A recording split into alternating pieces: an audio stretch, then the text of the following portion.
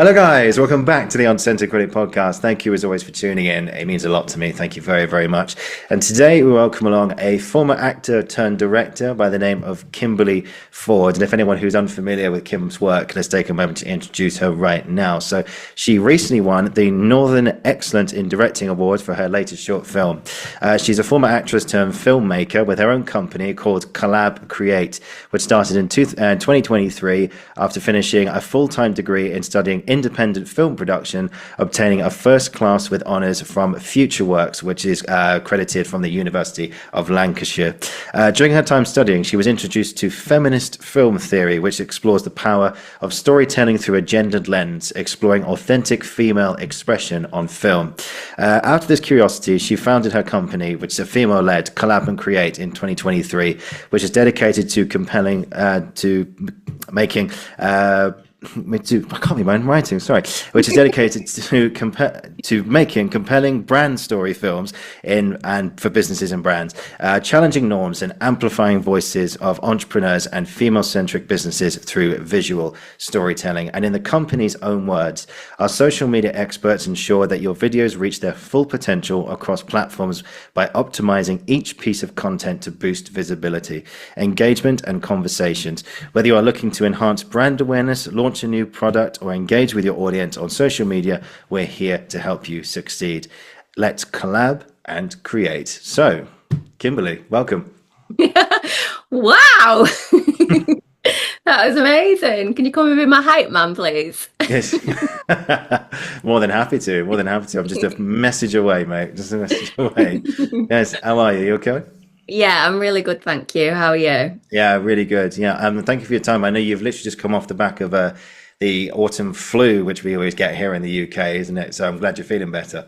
Yeah, I'm feeling much better, but I'm not sounding a lot better, so I am a little bit nasally. You'll have to excuse that. No, no, not at all, mate. Not at all. So we start at the beginning with every guest. So in your case, Kimberley, where did it come from? The love of, well, I know you're not an actor anymore, but where did the love of acting, directing, filmmaking, the craft, being in this business, where did it come from? Wow. God, I'm going to be showing my age here now. So I think my first memory of films was my dad taking me to the video shop when I was younger, and you would walk in and like Blockbuster and stuff, and I always had this really funny smell. I don't know why. It always evokes memories, and just seeing all of the films. My dad was really into like fantasy films like Lord of the Rings and things like that. So I sort of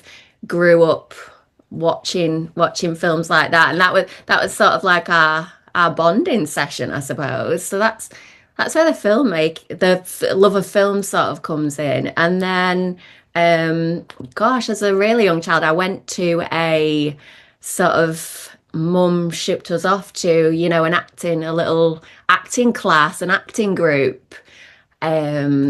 So yeah, I forgot about that actually. It started super young. We used to go to a little drama group as a youngster, and we would do all the sort of, little pantomimes and things like that.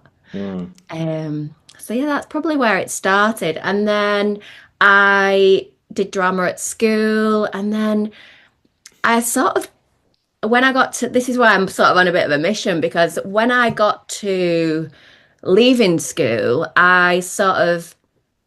it wasn't a good career to go into, like the creatives. I always say to people, I've sort of done my life the wrong way around. So I went straight into work at 16 when I left school and forgot all about creativity and acting and things like that, and trained to be an accountant. Wow. Which was when I do still enjoy a spreadsheet. I do, and I do like a budget, good at stuff like that. But yeah, so I sort of had 10 years working as an accountant and worked my way up to like finance manager, and then I just had a bit of a like, I can't do this for the rest of my life. I think my creative soul started to sort of like scream out to me like, help, we need some creativity in your life. And probably much to the dismay of my parents, um, decided to quit my like corporate job and apply for drama school. Wow. Yeah. Wow, incredible. What was it like those 10 years in accounting? Do you know what? I have to say I did quite enjoy it. Really? I earned a lot of money. I was partying, work hard, play hard. Um, and I think now I've got a very commercial mind because I grew up, in accounts, looking at the profit and loss. And so it's sort of ingrained into me that everything does have a commercial value. And I think I did an Instagram reel recently about how when I did then go into acting, and I think it's a bit of a harsh reality of the creative industries. You have got to think of things as a product, and Mm. whether it's going to make money or that there is part of me that screams when I say that because I do want it to be all about the art and things like this, which it can be, but if you want to earn a living from something, you have got to think of that commercial side of it. Yeah. Unfortunately, it's like the bedrock of things, isn't it? It's always in the back of your mind. But yeah, so Yeah. that's like those years in accounting have really rubbed off, haven't they? And Yeah, it does make me a little bit sad sometimes because I think I don't want to think about bottom lines but there is a positive side to it as well, isn't there? Like I think what did I say about actors recently? Like if you do make yourself commercial, you can bring the crowds in, you have got a big following on Instagram, Mm, then that gives you a little bit of power, doesn't it? yeah, it really does. And you sell more tickets as well. Yeah, exactly. Yeah, people buy. Sadly, is the case. Some people buy tickets just to see the famous person. They don't care about the play or the musical or whatever. They just, I want to see that person. It's okay. Yeah. And you're Well, like, it's even that thing as you get towards like funding and stuff, it's like, oh, what names have you got attached to it? I think mm, that's a huge part of it sometimes, isn't it? And yeah, yeah. Sometimes the not so great actor will get the part because they were like, yeah, but they're in it, so it will sell. Yeah, yeah, yeah, and you're like, yeah, it's like there's that part of you going, yeah, we'll sell, we'll make our money back, but that your soul and your art soul is going, no, it no, is that side that it's not good, is it? It's not because it feel like it doesn't give any like new people the chance to come along because it is all about people who are already established, which is why you have to make short films when yeah. know, at those lower levels. Definitely, yeah. So more on short films and the circuits are just a little bit later on. But so tell me about that moment where you hit 26 and then almost like someone with a little like pinprick comes along and just pops the accounting bubble and suddenly all this love of the arts just comes pouring in. What was that moment like?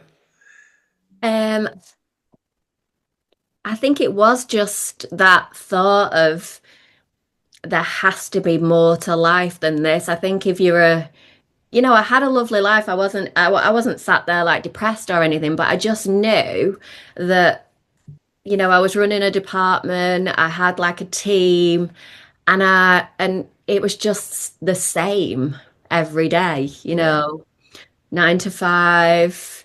Um, and yeah, I just got to that point where I think if you are a creative person, you have to feed that soul, don't you? I can't remember thinking that, it was a big, massive. It was just the thing of me thinking there has to be more to life than just this. mm, And so I started to think like, oh, I always really loved acting as when I was young, like, school plays and things like that, and then like acting classes and drama clubs and stuff. And it just, I don't know, I harked back to it and I mm, thought, why did I never? I think, yeah, I got to the point as well where I was thinking, why, and maybe I'd gone into accountancy not for my, to please mum and dad and stuff like that. Not that they put lots of pressure on me, but or even society of like, that's not a proper job. to Yeah. go into the arts and things. I know it's Mm. horrible. I I have can't a even believe I had hatred of that. that. I hate that saying. It's not targeting you here, but I just hate that saying. I hate it No, but so much. I do, and I think I got to the realization where it's like, no, this is Yeah. probably why I'm still on my soapbox. It's like, no, because that I want to speak to that young girl and shake her and say, it is a proper job. Like you can have a career in the arts and as a creative person, and even more so now with the, creators in social media and things like that, not Mm. necessarily acting or anything like that. You can have full-time careers in the arts. Yeah. And I don't know why I didn't think that at the time. Perhaps just wasn't strong enough to pursue it. But I think then I got to be in my bonnet, like, I'm gonna do this. Um, and yeah, so I originally initially did a I did a HND in acting, like up north, um, which sort of introduced me back into the love of acting. And then all I ever heard throughout this course was if you want to be a successful actor, you need to go to drama school. You need to go to an established drama school. So I had, was that a couple of years? The course was about was it 2 years? Yeah, I think it was 2 years, like up here. And I loved that course. It was just learning everything again about acting and just doing it full time. And that's, I think, the point where I just realized, this is definitely what I want to do. And I knew if I wanted to go to that next level that I needed to go to drama school in London because, that's what we all have to do. That's apparently what you have to do. That's where you have to go. Do we? I don't know. Exactly, exactly. No, you don't, do you? But that Exactly. was what I thought I needed to do. Yeah. But having said that, you went to Lambda for a year. Yeah. So Yeah. again, I was really lucky. Like I'd heard all these, not horror stories, but like I don't know whether you heard these stories as well, but applying for drama school is so hard. You have to apply to all like 15 of them, and Mm. it sometimes takes people 5 years. You've got to just keep on applying and keep on applying. And Yeah. I was really lucky because I just moved to London. I was really lucky my partner had a job that he could just transfer down south, so we just Mhm. moved and I applied Nice. and I got in the first year. I got onto the foundation course the first time I'd ever really auditioned Yeah. for drama school. So I was like, wow, this is amazing. Here we go. Um, I did do quite a few auditions. I did a lot, and that's intense, isn't Yeah. it? It's Even very, very intense. Yeah. it's intense, it's expensive. I don't even, God, this would have been like 2007. So I Yeah. don't know how much, I think it was still like 50 quid per audition back Yeah. I then. think, oh God, how was it? Yeah. You're talking like 50, 60 pounds just to walk through the door and be there for Yeah. a couple of hours Yeah, and do two monologues. exactly. I How's that remember this. work? Yeah. Was it the Alra audition? That was sort of an all day thing, Mm. which was very much like X Factor. Oh, You know, really? you did like a groups. I don't know whether it's still the same, but you did a group session in the morning, you did a bit of a movement session, and then they stood you in a big line and you got cut at lunchtime. They did a bit of a cut at lunchtime.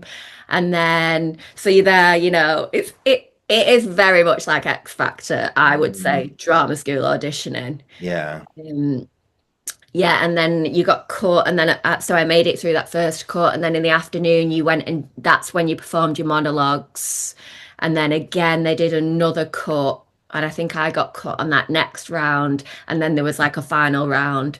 But I'm always quite a bit of a glass half full kind of person, so for me, just to make it through, like that first cut, I was Mm. like, oh, well, Okay. You're like, that's. Okay, here we go. It is dreadful, isn't it? Though you're in a line and you're looking like who else is like they were like, right, you stand forward, you stand forward, you stand forward, and then they're like, right, everyone at the back, unfortunately, you've not made it. And it Yeah. when I watch X Factor, well, I guess it's not on anymore, is it? But when I used to watch it, I used to get so emotional because there's just like it's your dream and you stood there and someone's just being like, you're right, yeah, you forward, you back, you forward, you back, and like Yeah. inside you're like willing it to be you to be one of the ones that is successful. I know, yeah. Yeah, I can't tell you. They do that at Central and Guildhall as well. Yeah, I remember going for a Guildhall audition once, and I remember going in and let's just meet people. Then you go in, do some kind of routine or something like some kind of. I quite like that. They do some like movement routine or like pretend to be drunk or pretend to be hungover, so you get all like the nerves out of your system because when you walk through the door. I mean, when you're on the train or on the tube going there that morning, you're literally you can't sit still. You like even your tongue's shaking. You're just like It's it's, awful. it's so terrifying because you're like, I want to do well, I want to do well, I want to do well, I want to do well, but and we're all like teenagers, early 20s, and all that kind of stuff, and you're like, you can barely breathe on the way there, but then you get there, and then you just do this movement thing, and we'll go anyway, we went in one at a time. We had to sit down in a chair and look at them. And they said, and Guildford was one of those places. They said, "Look at us. We don't want." In some places, they don't look at us when you're doing your Yeah. monologue and stuff. Whereas these guys said, "Look at us. Look us in the eye as you're delivering your Oh, speech." that's very intense. It was quite intense, yeah. And I did my monologues. Then they take you off to this little room, and they've got fellow graduates there going, "Hey guys, don't just have fun. You're here to have fun. You're going to do so well, and all that kind of stuff." And then suddenly then they came in, read off a list of names, and my name wasn't there, and I was just and you're like, "Okay, guys, thanks for coming in. You're free to go." And it was like, Oh, it's so heartbreaking.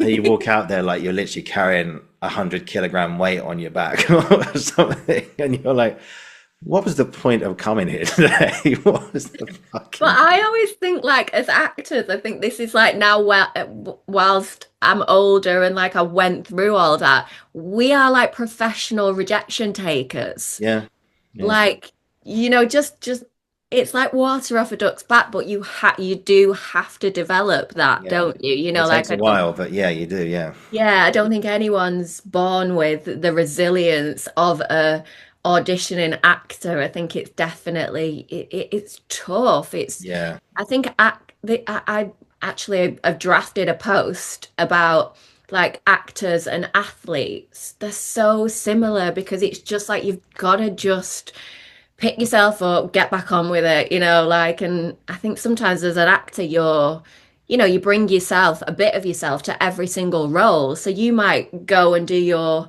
monologue and it's so you always choose an emotive one, obviously, don't you? of So you've course, like heart wrenched to yeah, someone and then they're like, right, okay, yeah, thanks, next. yeah, and you're like, You're like, I just bared my soul.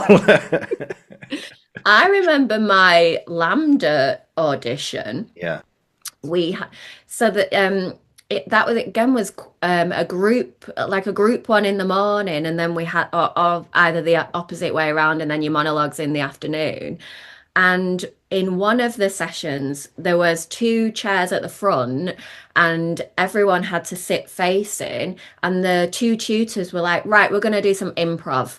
mm-mm. Right. And we just had to I can't remember exactly how it went, but basically you just had to like someone had to get up and go and sit on a seat, Mm. sit on one Like of the park seats. bench or something. Yeah, Yeah, and then yeah, you just had to improv. And at first nobody was getting up and I was just sat there and I was thinking, what? The tutor was like, come on, guys, come on. And I just thought, someone's going to have to go. It's going to have to be me. I think this is partly why I got into Lambda because I just ran up and then they would go, right, swap. And then I'd come off and then I would literally just, because nobody was, being really eager to jump up because everyone was really nervous. So I mm. think I just went up about 10 times because I thought I'm just going to have to keep going up and That's showing great. that I've like got the balls to keep sitting in this hot seat. And I honestly think that's the only reason why I got on to the course, because they just must have been like, well, she is just so up for this. Yeah, it was a strong, Um, sounds like a strong pitch, which you did. Like you showed enthusiasm and wanting to be a part of it, and they're going, "This is a dream. This is a dream." What's her name again? Kimberly. Yeah, yeah, you're in. You're in. but yeah, I just thought, guys, we're all sort of here to do this, and we're all not really showing much. Yeah. So yeah, I think that was definitely, Yeah, you no, it know. happens even now. I mean, I remember recently there's a company called Run at It Shouting. I don't know if you know it at all. It's a company which is run by a great guy called Charlie McGeechan, who's also been on here. He's a fantastic actor as well as person. But they run just a ton of workshops, like, and they get some amazing people in. They've had directors from The Crown on Netflix and other like what's it, Theo Parker casting, who's the team behind Ted Lasso casting and all that kind of thing. There's some incredible people, people from independent talent as well. But I remember going for one with someone called Faye Timby, who cast The Witcher. She's with Sophie Holland casting. And I get in the room, and there's people like myself, like drama school graduates. Some people worked professionally for a while. Like one girl was like, "Oh yeah, I just finished The Mousetrap," and I was just like, "Oh my God!" Like, I always think that's like psyching people out, isn't it? Like, oh yeah, I've just done this. That's just part of the game. yeah, it's like, yeah, I get self-promotion, but I know some people use it very well, and other people don't use it so well. They just like, yeah, I did Les Mis for 2 years and Phantom Fury and a half. What have you done? It's like, I just left drama school. But it happened. But no, the point I'm making is that so we did this workshop. It was like a self-tape workshop. So like, and then there was a camera there, and you had to big TV so the rest of the room could see what you were doing and stuff. And then yeah, like I say, drama school graduates, professionals, and Faye said, "Okay, who wants to go first?" And the whole room just went, No, I'm not going first. I'm not going first." And See, I, I'm always that person who wants to go first, because I think I would get more nervous the mm, further down the list I am, because I'm yeah, watching all these amazing people. So I'm always like, oh, at it, right? I'll go first. One, you get points for bravery, and yeah, two, like there's no one else to compare you. So and everyone's yeah. sat there nervous. So I always think, get up, get it over and done with, and then you can enjoy everybody Yeah. else's. Yeah, that's what Faye said. I mean, I just thought, I mean, I've never done this before, but I was just sat in my chair. Everyone in the room was going, "I don't want to go. I don't want to go. I don't want to go." But I just went, "Okay, deep breath. Come on, here we go. All right, I'll go first." And they went, "Yes." Yes. Love that. Let's get going. And I thought, if I sat in that chair, and it's like, I don't know if you had this, but it's like that initial moment of like fear when you stand up. And then once you actually sat in the scene or sat on the park bench or you're wherever you're in the scene or in the room or whatever, suddenly it's like, oh, that isn't so bad. And it's like, what was I so scared of? It's like, yeah, I always think though, like as actors, like why do we put I mean, I know now, like I do love directing now, and I look back on my acting days and I think,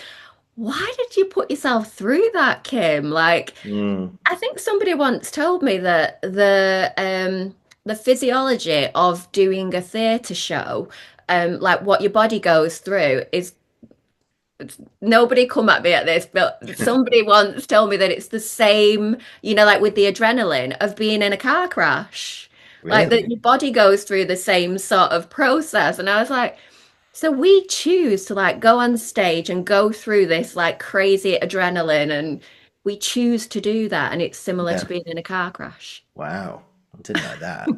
I might have to Google whether that's true or not. Yeah, no, but I know I get what you mean. It's like that similar level of like heightened anticipation and impact, and I've one thing I've learned from this show, speaking to some people, is about the nervous system, and like your body doesn't know that you're playing a part which is getting hurt every night. Your body's thinking, "Oh my God, there's danger," but actually, and your brain's going, "No, no, dude, it's just pretend, it's pretend," but your body doesn't know the difference, and that's why I think a lot of people, well, people particularly do heavy shows. I mean, there was a show called again, I've mentioned this so many times, but A Little Life, which is really, really intense. I don't know if you've read the book or if you saw it, but it's really, really intense show. And I remember speaking to one of the understudies for that, and he said, "Oh, it took me about 2 or 3 months just to shake it all off." I said, "2 or Yeah. 3 months?" He was like, "Yeah, man," because like surrounded by this play and this like horrific story of abuse, like 8 shows a week. And obviously he was the understudy, so he was refreshing lines and refreshing himself and everything. And you're just like, I mean, I don't know what it was like for the main cast. I mean, we included like James Norton from Happy Valley and Luke Thompson from Bridgerton and all these amazing people. Elliot Cohen has also been on here as well. Emilio Dorgasing, just this incredible cast. And you're going, how do you, and I always wonder, like, how do people like protect themselves? How do you look after yourself afterwards as well? I mean, what have you found? Do you feel like looking after yourself after those experiences? It is really tough, isn't it? Like I actually had a friend who did a Macmillan advert, Mm, and he, because I think the imagine I mean, we won't get into this, but there's the whole thing of like visualization and neuroscience and how your brain, yeah, if you think something, your brain doesn't know the difference between reality and if you're like really strongly imagining something. And as actors, our imagination is so strong, isn't it? And I think he'd been filming it for about 3 months, and he ended up because he was convincing himself that he had cancer, mm, he didn't get cancer, but he actually ended up yes, making himself really, really unwell the following week because yeah, his body had just began to believe that he was like really, really unwell. And that's the power of your mind, isn't it? yeah. Yeah, your thoughts dictate reality sometimes, and people say, "Oh, how's that possible?" Like, it's true. It's true. Yeah, I'm such a believer in all of that. I think I don't.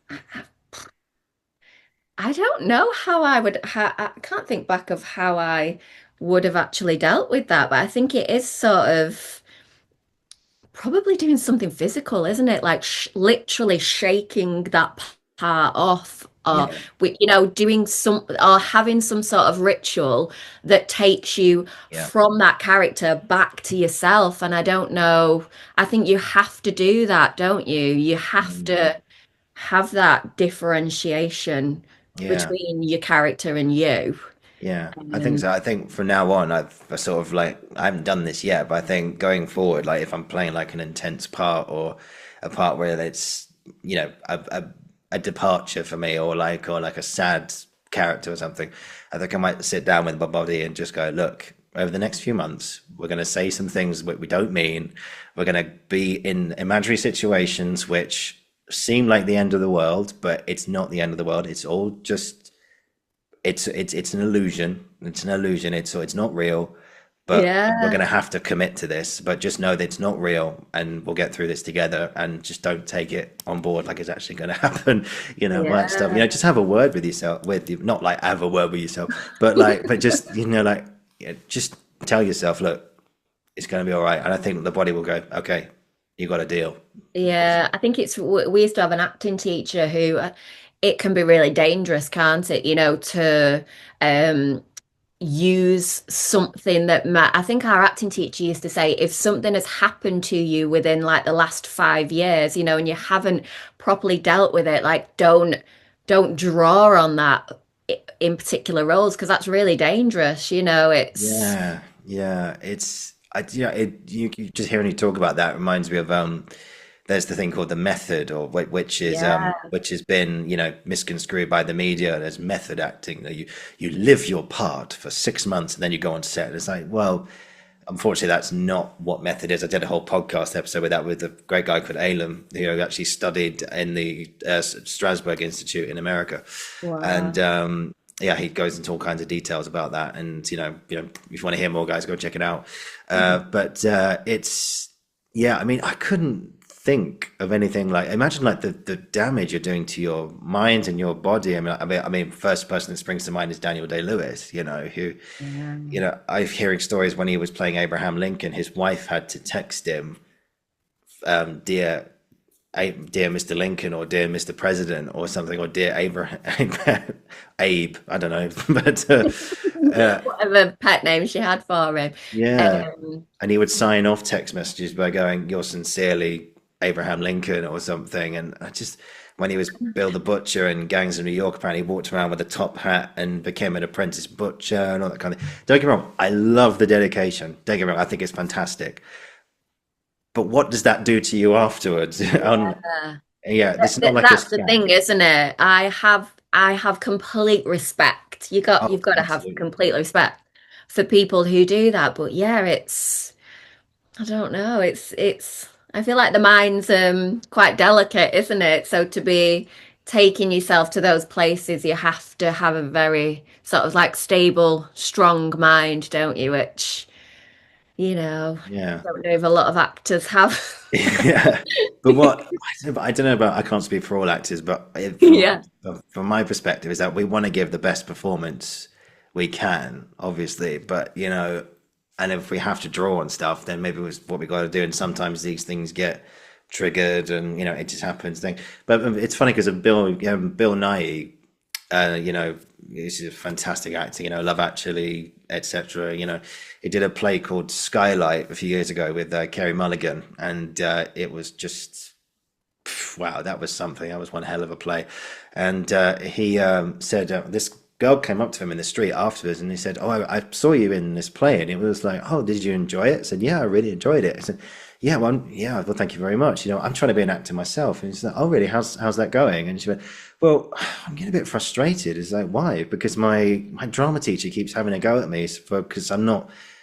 He's constantly having a go at me. He says, "It doesn't like you're not feeling anything," and it's all these feelings. And he said, "Okay, well, you came and saw the play, didn't you?" I said, "Yeah, did you?" And I can guarantee you, when I'm up on that stage, I'm not feeling a thing. I'm not feeling a thing. I've got to make love to a woman. I've got to eat chili con carne. I've got to hit that light switch on that lighting cue. All those were buggered. I've got to make sure I'm saying all the right lines, all that kind of thing. But I'm not. I'm not. Occasionally, something might get triggered, but I'm not feeling a thing. Nice. Yeah, and I'm That like, is the thing, isn't it? It's like you've got so much going on in your head, and yeah, I suppose, yeah, I'm with you. I'm with him. There's so many things to think about. You should be in the moment and things like that. But can you actually? I don't know. mm, yeah, I know it's weird, isn't it? But we'll get on to your filmmaking in just a second. But a question just popped into my head now. So when you're with your collab and create team and clients and everything, and like say if you're on a tight schedule or something and you're filming, and someone fluffs a line or someone like starts corpsing on camera, or like you have bloopers and stuff. Like I imagine, like at the beginning, it's quite funny and you laugh with them, but then it gets to a point where like, guys, come on, we're really against it now. We're losing our light. We've got the equipment for the 10 minutes. Stop laughing. Has that ever happened before? Oh, absolutely. So we do a lot of we do a lot of corporate stuff, Mm, but marketing companies have marketing budgets. So I work a lot with, non-actors, mm, people within a business. And yeah, when I do work with non-actors, and they may be telling stories about the business and coming across professional. And yeah, when you do put a camera in front of people who aren't used to it, yeah, it's terrible. It really is bad. And and exactly right what you say. It's all to begin with, but then you're there to do a job. yeah, And yeah, it gets to the point where it's like, we're here to do a job. You need to take this seriously. And, whether there's a camera there or not, you just yeah, need to speak about what you want to speak about. So yeah, it's really hard. I think it's harder to work with. I actually get a better appreciation for working with actors yeah, when I do the corporate work that I do, because actors are so comfortable in front of the camera. You can give them direction. It's a complete other ball game when you're working with non-actors. They're very aware of the camera, they're very aware of themselves. yeah, You couldn't really give them a script to learn. Um, yeah. It's so always, yeah, it's I don't know. I mean, obviously, I don't think anyone really likes seeing themselves back, not even actors. I watch myself back and I'm like, oh God, okay. it's God, is always the that? voice. It's always the sound of your own voice, isn't it? Because you're not Yeah, used to hearing it. Yeah, it's like, That's and yeah, kind of like thing. I watch myself back and think, God, is that how I talk? Is that how I look? And it's like, oh God. And other people I'm, go, and people I'm go, oh, the same. shut up, it's fine. Yeah, No, I think it is. Like, I'm probably being a bit harsh there on business people because it is hard being yourself on camera. I think yeah, I find it hard being myself on camera. I think as an actor, you can hide behind your character, and that's not me. But when it's you, and it's your opinions and your things like that, it's on another level, isn't it? yeah, it's crazy. It's crazy. But speaking of acting, you actually, I don't know if you'll ever go back to it at any point, but you actually closed the door on acting quite recently as well and moved into filmmaking, working with corporate people, and of course short films as well. So what made you want to close the door on acting? So my plan was always I got really frustrated with acting Mm, and not really just not really having any success as in the industry and stuff like that. And yeah. I thought, right, this is it. I'm gonna learn how to make short films. I'm gonna learn how to make short films. I'm going to write myself as the lead character and I'm gonna go and shoot it. And the whole Rocky, I love the Rocky story. Oh, it's brilliant. It's brilliant. It's one of my absolute favorites. So yeah, inspired by Rocky by Sylvester Stallone. I was gonna learn how to do it, and then I was gonna do it. And I started to write little things. I started to write little showreel pieces and things like that. And I'll be honest, I that when I first started writing showreel pieces, it was the first time that I'd really thought about what type of characters that I wanted to play, or Mm, other than that, I'd always sort of, and this is one of the huge things that I have like to say to actors is like, take back your power. Like, don't let somebody put you in a box. exactly. Like, don't let a casting director put you in a certain box, or your agent's going to put you in a box. Like, I did have a lovely agent. Like I've got nothing to say negative to say about my agent, but I would Mm, be getting put up for like mum roles and stylish mum role, and just things like that. And they were for commercials which were paying a lot of money. So I was if I would have got one of them, it would have been amazing. Yeah, they would never Um, not say no to that. Exactly right. But it was just the first time that I'd actually started to think about, who am I as an actor? Like what characters am I drawn to? If I was the lead in something, what would that story be?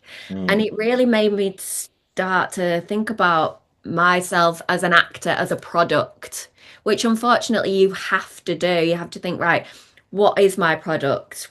What are my strengths, Um, so I started doing little showreel scenes, and I would say that I just felt really connected to them because I'd written them, and I really, I don't know, it just was a bit of a eye opener for me to actually think about a scenario that I would want to play. mm, yeah. Um, and then I started thinking, right, I want to do a short film now, but I am somebody who likes to know everything Mm, before I start. I mm, don't like half-assing anything, so I like all the knowledge, and then I can go ahead and do something. So, I was a bit playing at it, and then the COVID pandemic hit, yes.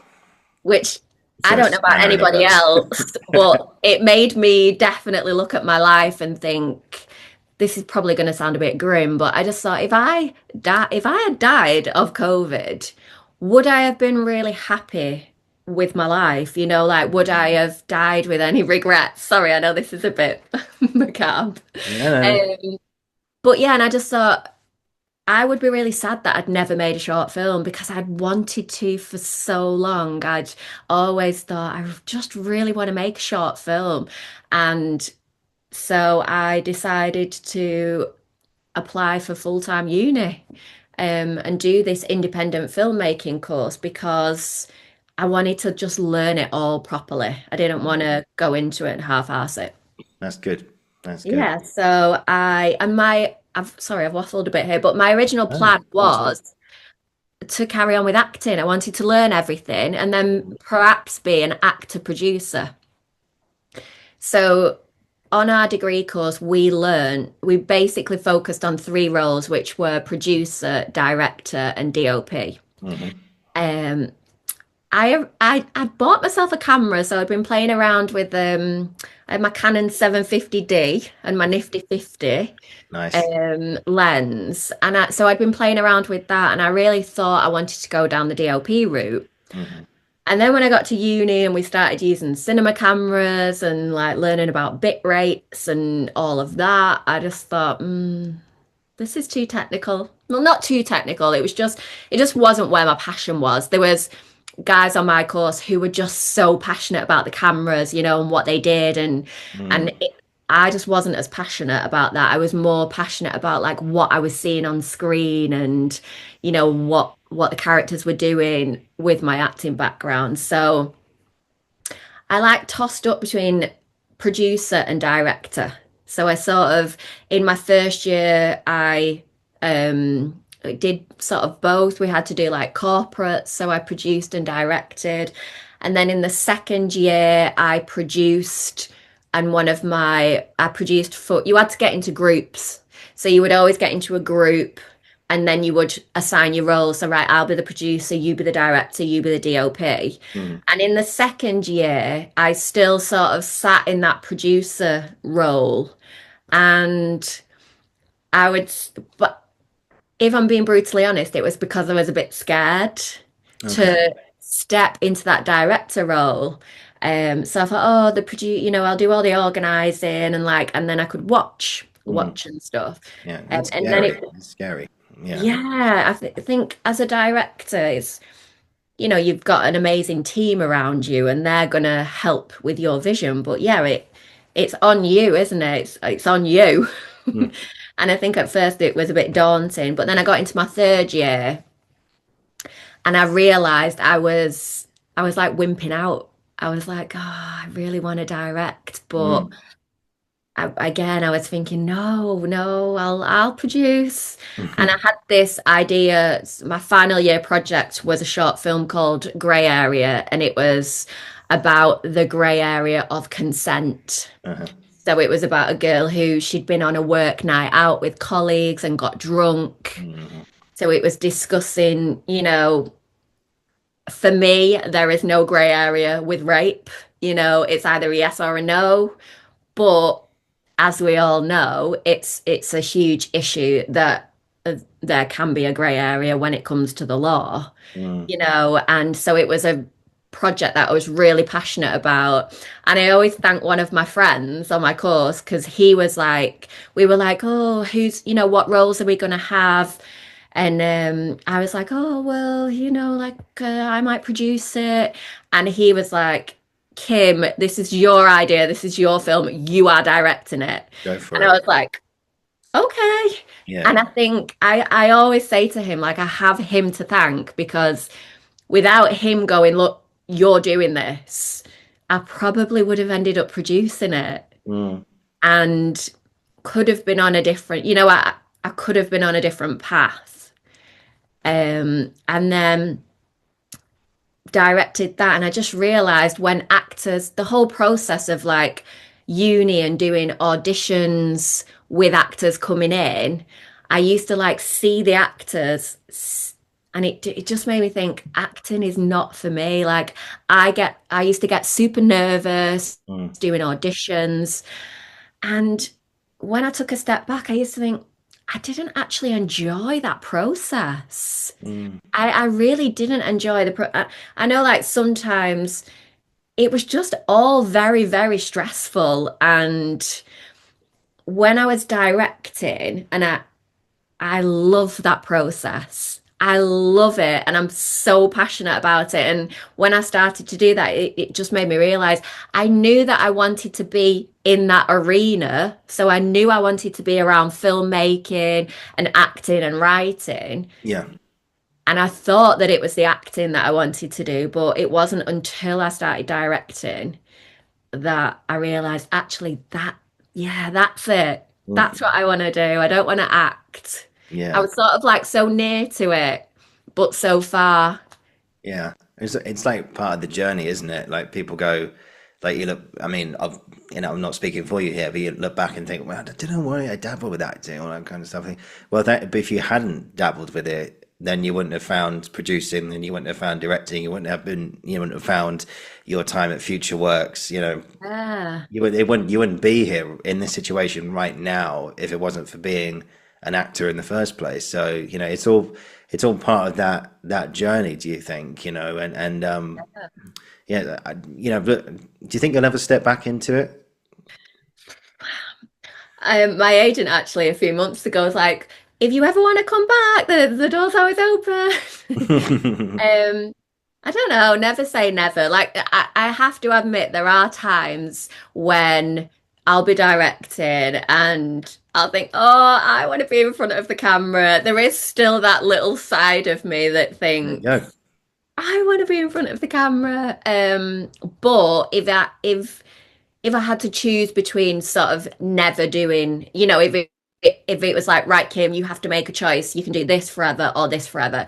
It would always be directing now, Mm. always. I Yeah, just I love creating the whole story, and I also love creating an environment that because actors are very well. I'm generalizing here again, but I would say a lot of actors are very sensitive. Like you have to be sensitive to and that's what I've found so hard. Like you have to be really sensitive and like empathic and be really vulnerable, hmm, and you have to sort of compartmentalize all of that sensitivity and like go into the audition yeah, room and or go on yeah, set, and that's the bit that I struggled with, the compartmentalizing, the like sensitivity and being in that vulnerable situation, but yeah, having to like have a bit of your armor on, don't you, a little bit? yeah. I felt like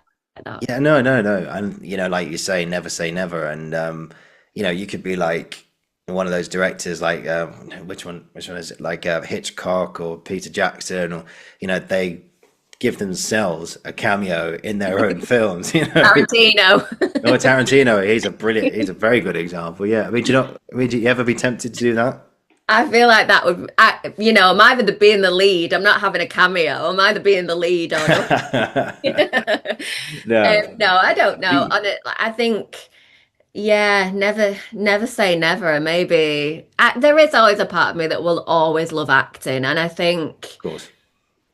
I think more. I also think more actors should. I think, like you've said at the beginning of this, I think more actors.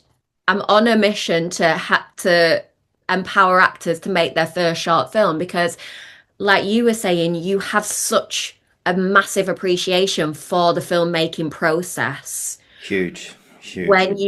and I know being on this side of the camera now and also being so involved in like the planning, when you're an actor, sorry actors, but you go on set and you think, oh my God, like everyone's looking at me like it's all about me, da, da, da, da. But as long as the actors are there and they know their lines, give a good performance, when you're on set there's so many other things that you're thinking about, like technically and things like that, and there's so many other things to think about. But I think sometimes I'm probably this was how I was. I think I was so self-involved as an actor that I was a bit like, oh, like, oh, I just got in my own head about it. And now as a director, I think it's not all about the actors. There's so much other stuff going on. Mm. Um, that sounded really horrible, didn't it? I didn't mean No, it. no, not at I all. just mean like actors need to chill out. Probably myself. I needed to chill out when I was on set because, if a director's not saying anything to you, that's Mm. a really good thing. It's all Yeah, those, I now know all those little things that people say to you that I used to think, really? You know, so like if you went into an audition and they would be like, you were really good, like they really loved you, you're just not right for the part. Mm. I used to think, ugh, why are they saying that? But it's so true. It's Yeah, so true that, yeah, you know, like an actor might come in and do an amazing performance, but they just might not look right with the other actor in the scene, or there's so many other things that go into the casting process. You know, they do like what do they do in Hollywood? You know, chemistry tests and things like yeah. Like that. chemistry reads and stuff. Yeah, Yeah, and there's like, so you can still be an amazing actor, but just not be right for that role. But it's really hard to take that on board at the time, isn't it? yeah. I think I'm reminded of something Bryan Cranston actually said. If anyone doesn't know, Bryan Cranston, Breaking Bad, etc. Just phenomenal actor, and he said one thing that I learned really on was he said never get attached to anything. I mean, obviously, and people behind the desk. Just a little side note: they want you to be good. They want it's just the room want you to be good. They have to cast this thing. They have to cast it. Drama school people have to get their 30, 35 people on the list, and they want people with potential and already have got a good foundation to them. They want you to do well. And I think Bryan Cranston said that, I stopped being disappointed with, there's this role, I really, really like it. But if I got a note to say that it wasn't that sad he didn't get it, I'd be like, okay, fine. It wasn't mine in the first place. It Mm. wasn't mine to begin with. I was pitching myself for it. But if someone else got the job, I'd be really happy for them because it was never mine. It was Yeah. never mine in the first place. I know it probably takes a long time to adopt a mentality like that, and I think we I were, mean, it's taken me maybe like 25 years to do. yeah, yeah, and we were speaking earlier about, like you said, rejection is like water off a duck's back, for some people, but it's taken them a long time to get to that point where they go, okay, rejection's fine. I mean, it wasn't mine in the first place, onwards and upwards. It's like you say, it's not something that just goes in your head overnight. It's comes Yeah. with But I experience. think the sooner you can get to that point. I don't know what was it Bryan Cranston or it might be somebody else who said about how they don't see auditions as auditions. They see them as like opportunities to act. Yes, that was Brian. Yeah, it was Bryan Cranston. Yeah, Yeah, and it yeah, and that's so true, isn't it? I was so uptight as an actor. I think everything I say, everything I say now, I'm saying back to myself as a young, as that young actress. I just think I want to go back and shake her and be like, stop taking things so seriously. Yeah, stop, have a bit of fun with it. If you're going into an audition, you're not going into a firing squad. Like, you're not going down a coal mine. yeah, like it's not that bad of an experience. Just because I think being on this side of the table when you are auditioning, Mm. I'm very much an energy kind of person. And if Yeah, me someone too. walks into the room and they have this energy of like, oh God, I'm so scared or I'm so nervous and Yeah, it's you can uncomfortable. feel it. You can feel it. 100%. Yeah, yeah. And it's like if someone comes in and they're just like they're full of light, like, oh, I'm so excited for this audition, like let's do it. That's contagious as well, Yeah, you know. yeah. I've resonate with everything you're saying there. I wish I could go back to my younger self, like doing drama school for the first time, going, look, you're just here to have a great time. You're just here. Don't be so scared. It's honestly, it's fine. Obviously, easier said than done. All this stuff, uh, but it's I'm like, look, dude, just chill out. And also, like, I'm so many times like you're there talking about energy. If someone walks in, and I'm guilty of this myself, sometimes I walk in the room and I'm like, oh, God, yeah, I'm here for the audition. Yeah, I'm sorry. Is this a good time? Yeah. Then you trip over a chair or something. Oh my God, I'm so sorry. I didn't mean to wreck your space. And I think, oh my God, and like, I tell you what, I'll just leave. Bye, and then just go straight out the door. that was totally me as an actor. Yeah. Completely. And I'm like, and now when I see I see like me, well, when someone comes in like that, I think, oh, I'm like, I'm willing them to do well. And like the little chat, I sometimes like walk outside, and chat to people and be like, yeah, like we're really excited to see, your performance and stuff like that, and try and put them a little bit at ease. Mm, But some people just get, and this was me as well. So this is, I'm speaking from my own experience.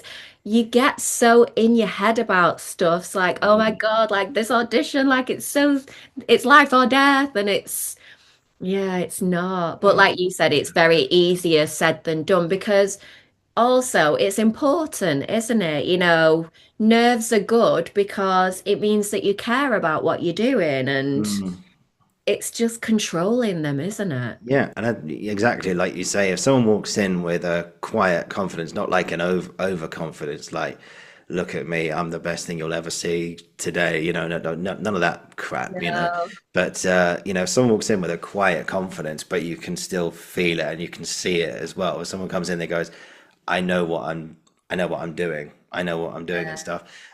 Just actually very quickly, I've got a story about being really good for something and then but sadly not getting it. I mean, I was lucky enough to interview someone called Elliot Cohen, who I mentioned earlier, who was in A Little Life, and the director, he said this in our episode as well, was someone called Ivo Van Hove, who is like a really, really, like, a lot of people want to work with him, and does, I think he only does theatre. I'm not sure if he does films, I could be getting that wrong, but he does a lot of work in theatre.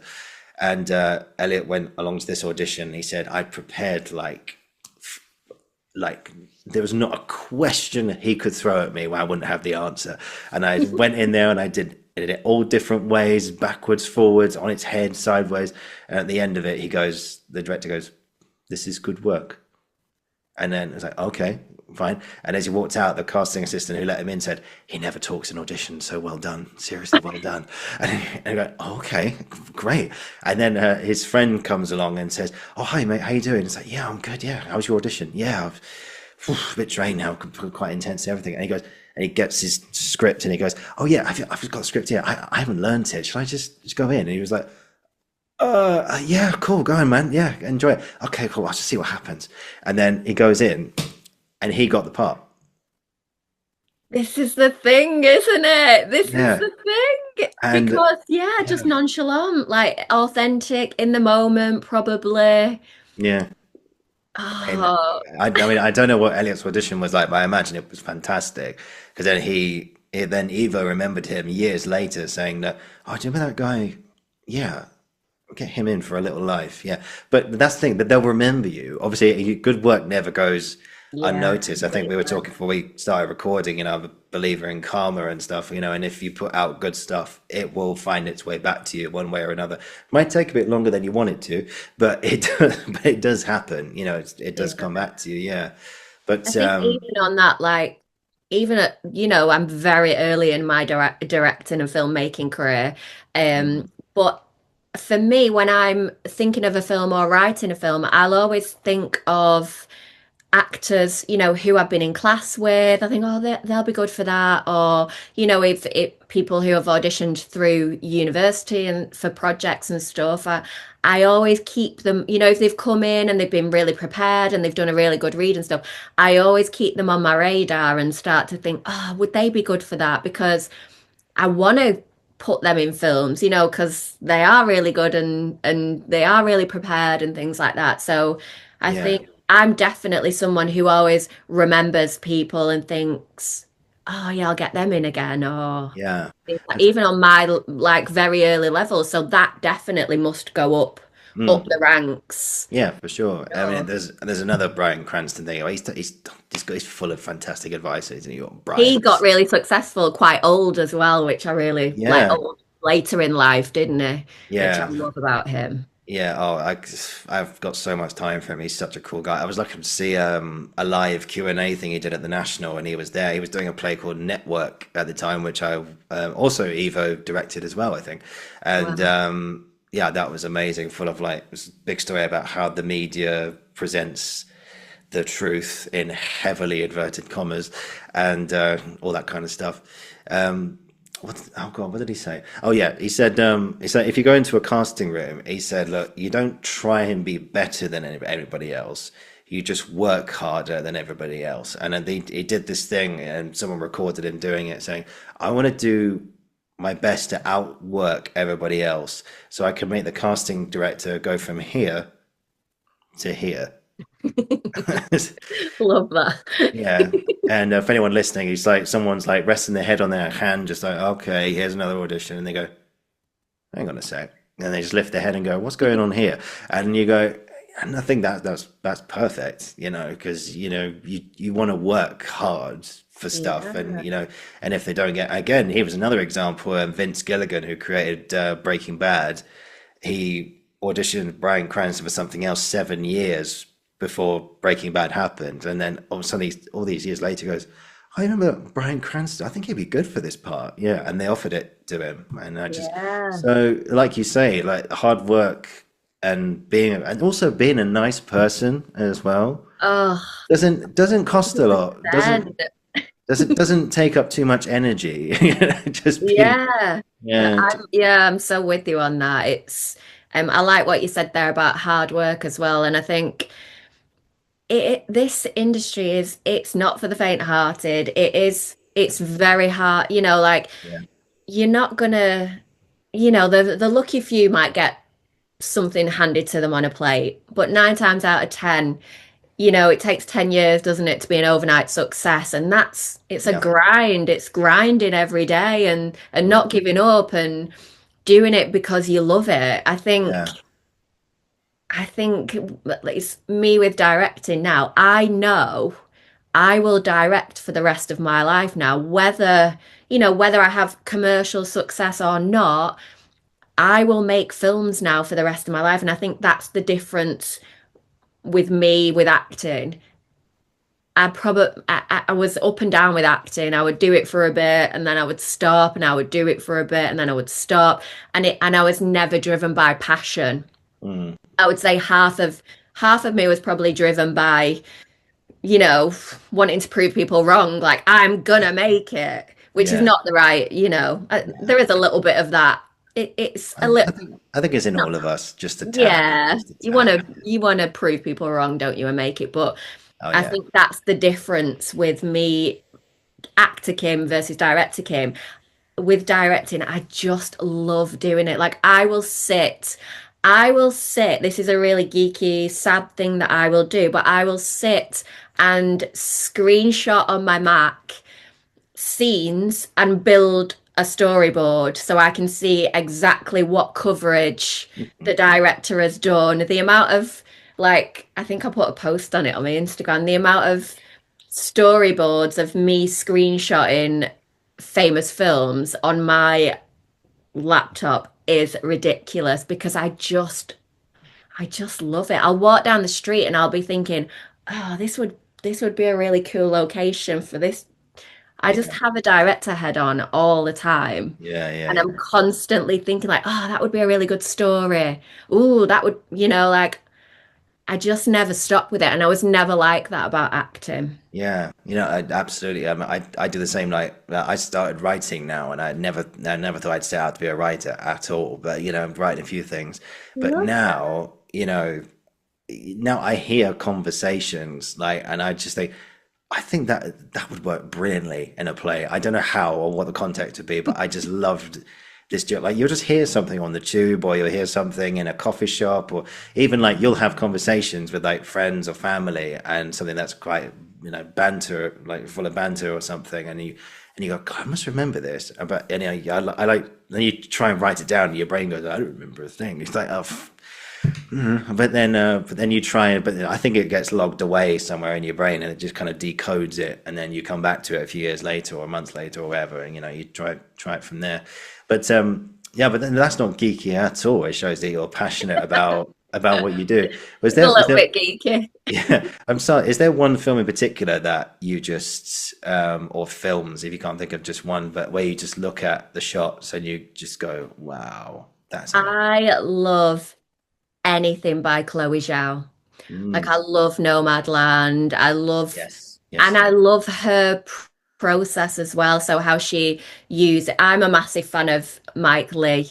I yeah. think that is the actor side of me. I don't really consider myself a writer. I like to have like the structure of a story, Mm. and then I like to involve actors within the process. Like the film that I've written at the moment, the short film, I've sort of got a skeleton script, but I really want to get more. I'm organizing a table read at the moment, but I want to.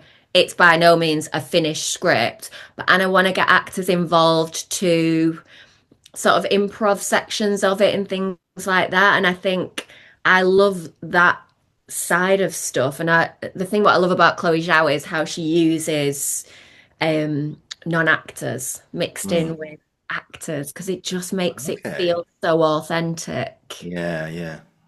And her like Nomadland, oh, That's a good film. beautiful. Beautiful film.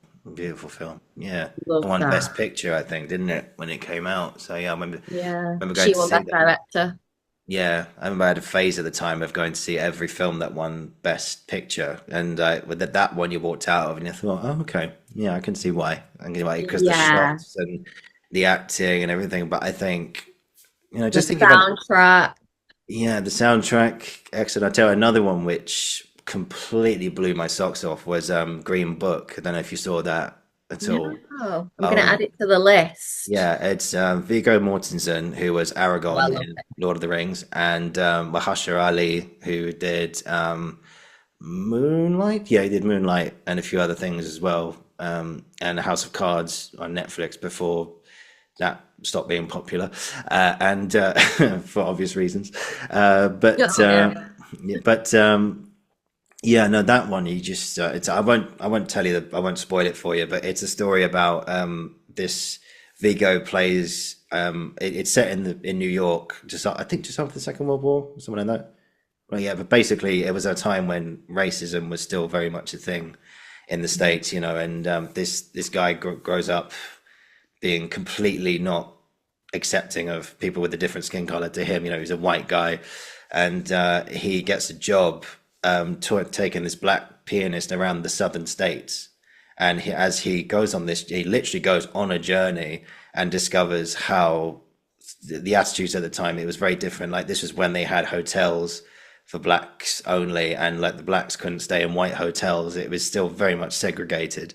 So this was like pre-civil rights. So yeah, just after the Second World War, and yeah, and that's all I'll say. Just get like if you're stuck for a film to Sounds watch tonight, amazing. it's Yeah. absolutely stunning, stunning, and you get these beautiful sequences where you see him actually playing the piano and just yeah, it's absolutely stunning. And that one Best Picture, I think 2014, 2015, one of the two. But yeah, I don't remember when it was, but it was just absolutely stunning. Honestly, Kim, watch I'm that gonna. film. Yeah, I love a recommendation. I'm always, yeah. yeah. I think it's Like on a net. I think it's on Netflix at the moment, so you'll be able to see it there, or on Amazon Prime, one of the two. But you're able to get it on demand. So, I um, actually really want to watch the new, the one where the guy has Tourette's. It's mm, just coming out. I think I can't think what it's called, but I'm excited. There's quite a few good films coming out at the moment, yeah, because isn't there? I don't know about you. I've been kind of starved of like good films to go and watch. Yeah. Really, this past year, I thought the stuff on at the cinema. I'm like, I don't want to see any Is of it it. sort of like a knock-on effect from the writers' strike? Are we still in that sort of? I Uh, don't know. well, who knows? Who knows? Last I heard, it was all over, and yeah, I think, yeah.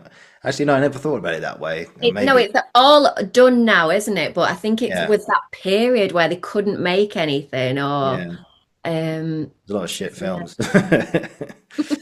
Yeah, In our opinion. yeah, in our opinion, I won't mention any in particular, but but yeah, cool. So let's talk about yeah, we'll talk about the main sort of thing that you're doing at the moment, Collab and Create, your own company, which as I said in the intro, you started back in 2023, off just after finishing your degree and stuff.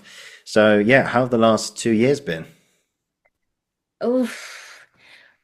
Um, I would say it's sort of developed. The company has developed. It actually originated on the final year of my degree. We had to do an honours project, Hmm. and I decided that I wanted to create a production company.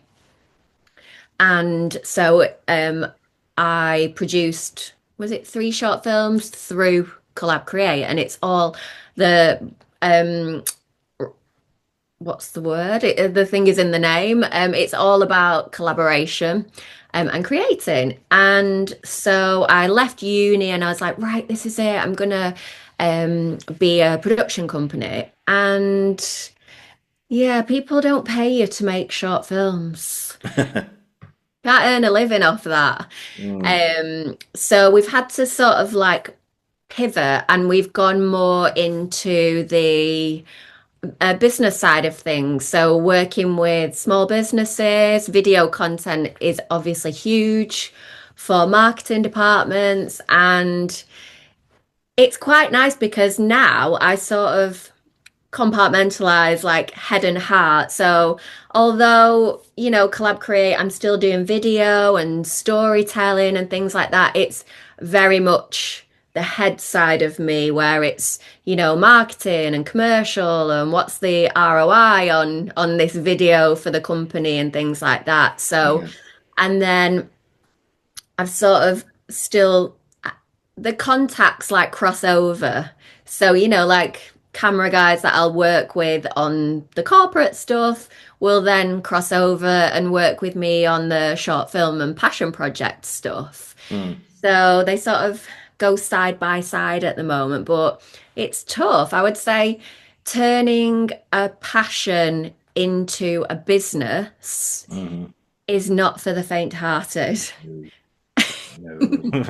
And it is especially creative, um, the creative side of things, because when you're working for a client and you are getting paid to produce something, you can offer, I do bring all my creative awareness to it, but ultimately what the client wants is what is driving the project, and Yeah. I bring all that storytelling technique and, all that to it. But you're still sort of, it's not like uni where I can create whatever I want, with no limitations. It's about bottom line and return on investment for that company that are paying for a video. So Mm, it's different. It's yeah. different than I definitely still need to do my passion projects at the side of it. And sometimes they cross over. The micro documentary that was in the film festival, Mm, that started out as that started out as a little passion project, but because it ended up being in a gym and it was about body positivity and things like that, it went really well collaborating with a gym wear brand on that. mm. So yeah, there's some things that are solely KollabKreate, some things that are solely passion projects, and sometimes they do cross over, which is really nice. Mm, yeah, it sounds like you've got a lot of diversity in your work actually, because you do like corporate stuff. You also want to do actor stuff as well. Obviously, like filming short, you want to still make stories as well. Yeah. So Yeah. so people can find you via your website, which I'll put down below in the description, also on Instagram as well, which is also there as well. Yeah, so I mean, obviously, it's kind of the same. Well, I know people say there's never the same day on set, or people say there's always a different experience. But you still got stuff going on where like you're setting up the cameras, you're doing the sound. The sound guy's got his big thing and all that kind of stuff. Yeah, what's that called again? It's a boom mic or Boom. something. Boom mic, yeah, boom mic. But what's the difference between, because when you're like shooting a story, like you want to get all the camera angles or the journey, like you do close-ups, etc. But with corporate stuff, I mean, is it kind of the same thing, or do you just literally set up a camera, talk to the camera, and that's it? Um, it can be very, I always try and make everything into a cinematic masterpiece. That's the right So, attitude. so even if I'm doing a talking head for, a corporate company, then I'm going to try and do some more cinematic B-roll. So Mm. I'll always try and push things as far as I can, but sometimes, yeah, people just do want a standard talking head, or they want some kind of event filming, which, yeah, it's sometimes it's not the most exciting kind of things that you're doing, but you're still in that arena, and there's still, you're still doing lighting setups and things like that, and I think everything that I know it's quite a skill as well because you're in quite a high a high stress environment. You've got clients there, you might have a marketing director there sat with you, and you've got to make sure that everyone's happy with what you're shooting. You might be shooting a someone who works at the company who's not very comfortable on camera, so it's about making them feel comfortable and things. So I do really enjoy it because it is a different type of skill set that I'm using. Yeah. I think as a director, you're dealing with lots of different characters, aren't you? So I think that's partly the skill of a director to say, okay, right, what do we need from this person and how do I get it from them? Mm. Um, and it's all those different tactics of, trying to put them at ease or get them onto a subject that they're confident speaking about and things. I would probably liken it more to documentary filmmaking, Mm. the corporate side of things, which I quite like because I think as an actor, I'm always intrigued with people and characters. I think as actors, you're interested in humans, aren't you? There's the psychology side of things where it's, like why we do what we do and things like that. But I think as actors, you study human behavior, don't you? Mm. Why people are doing what they're doing, what the subtext that they're saying and things like Yeah. that. So, and even from the filmmaking angle of character archetypes and story archetypes, which goes back to Jung and the psychology of storytelling and things like that. And that goes really hand in hand with marketing Mm. because there's a certain number of stories, the underdog story, and that there's stories that people connect with. So I will instantly, if I'm working with a new client, I'll instantly I do a lot of founder stories, which I love. So how they created the business, why they've set the business up. And I love doing them because I find them really interesting, especially as a new business owner myself. I think, oh, it's nice to hear people's stories further along, the struggles that they faced and things like that. So, but I'm still always looking at, right, what's your character? What are Mm. your character traits? How are people gonna connect with you? Where's your audience? Who are your audience? Yeah. Yeah. So I still take all of that filmmaking knowledge and sort of bring it to those kind of corporate videos. Yeah, because whether it's a drama or a documentary or a corporate video, you want engagement all the time. There's nothing more. I don't know. So you see so many of these like adverts and stuff, and they're just so unengaging, and you just go, "Well, I'm not going to buy that product. I'm not going to buy this. I'm not going to buy that." Well, that's what some people could say. Whereas I'd sit there and go, at what point did you think that advert was a good idea? At what point did you think that was a good thing to do?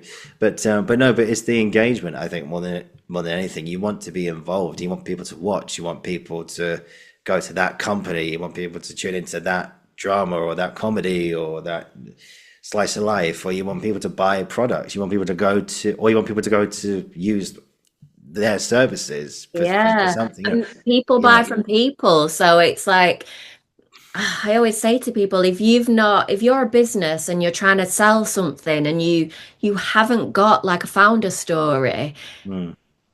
it blows my mind because, if you've got 10 gym wear brands and I know if I the gym wear brand that we worked with recently, it's female owned. It's a really interesting founder story. The lady Emma, she's just introduced a new co-founder, and she's got a really interesting story. And it draws you in and it makes you want to buy their gym wear because you know who they are. You feel like you know them, rather than just if I just saw a picture of a gym kit.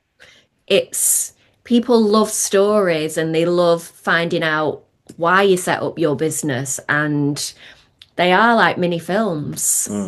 Yeah, no, it's all about just sharing the knowledge and sharing the brand and sharing everything in between, and you want to and make it look good as well, because so many people want to, as you say, you create cinematic masterpieces with everything that you In do. my opinion.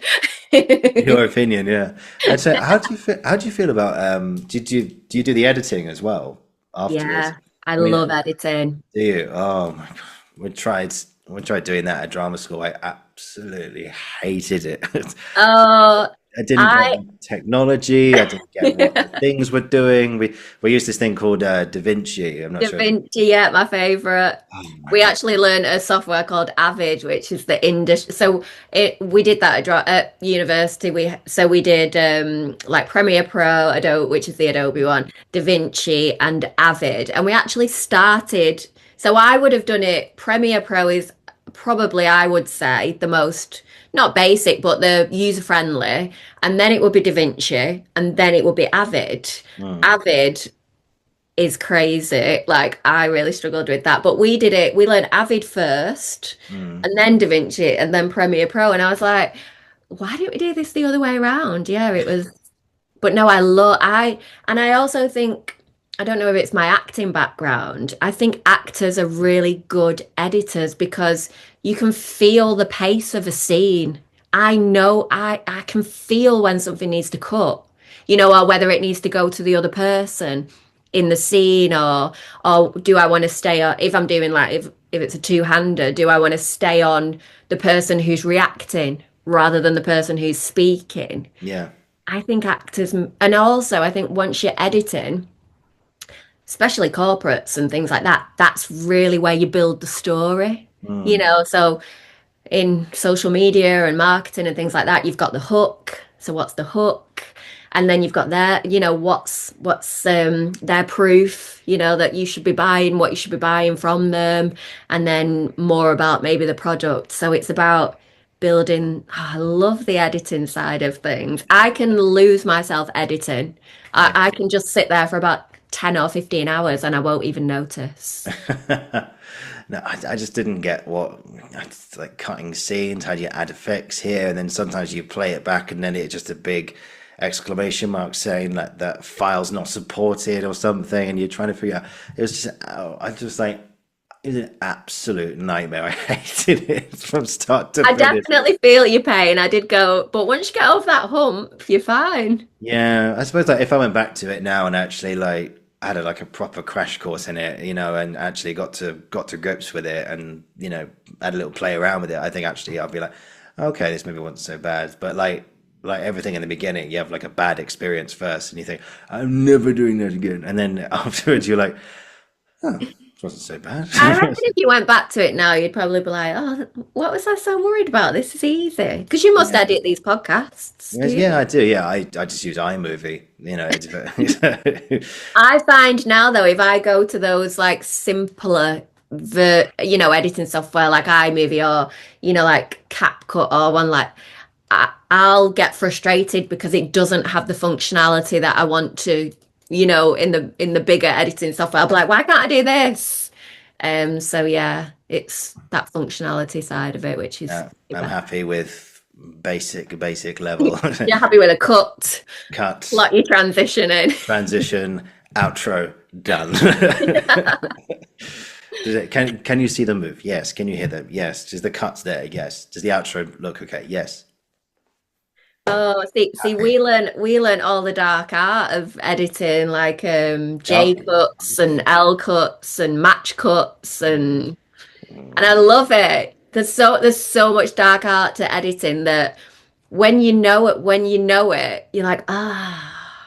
it's so seamless. Mm. You know, there's like, yeah, there's Yeah. just so many things that you can do which people aren't aware of, unless you're an editor and or you're interested in it and you find out the different um techniques and things. But Mm. there's a whole book on it. Our editing teacher, there's a famous editor, and the book is called In the Blink of an Eye. Mm. It's called Walter Murch, maybe Walter Murch. Um, yeah, and it's all about editing. Mm. I actually, yeah, it's what I love Yeah. editing. What's a J cup? What's an L cup?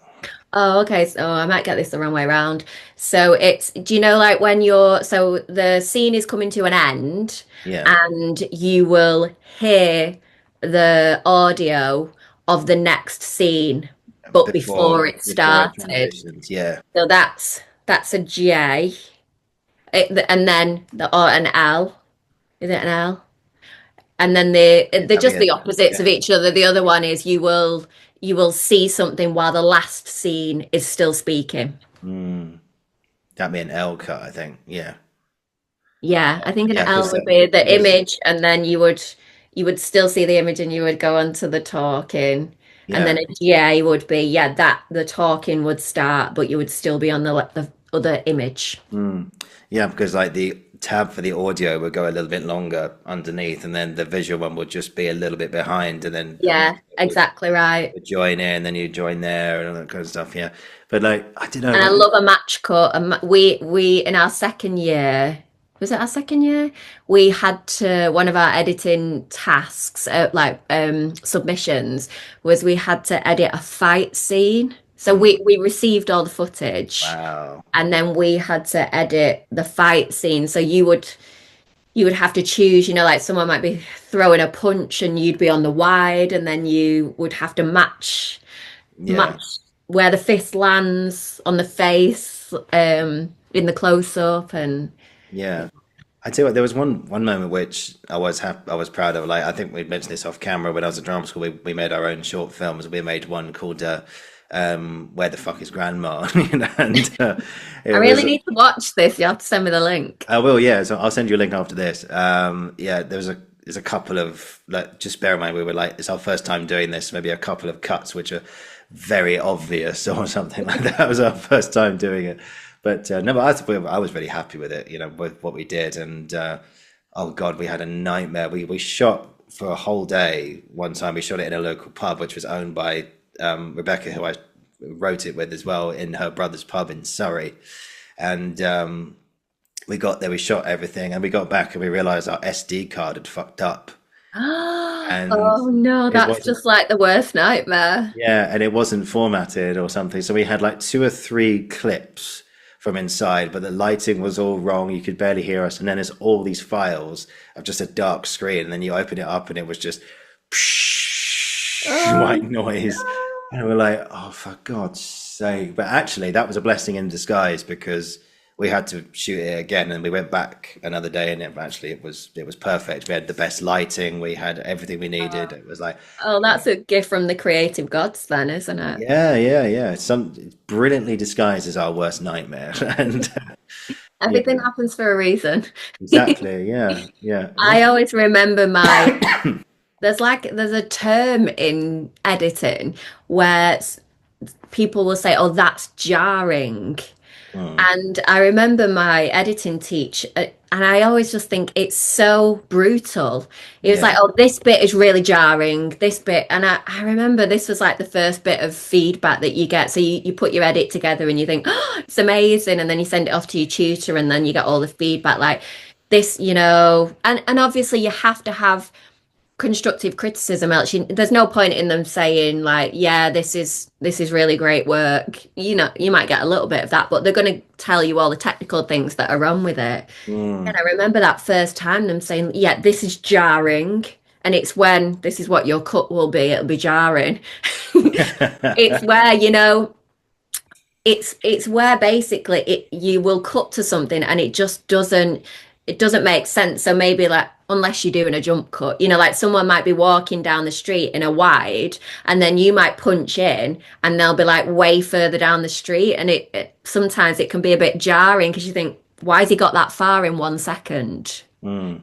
And it's just all stuff like that that you learn. That's like now sometimes when I watch things, I'm like, oh, don't like that. Ooh. Yeah, it's like sometimes you watch stuff and you think, how did they film it? I remember walking in on the Surrey campus. There's like a big stretch of road between GSA and like the main sort of uni block or something.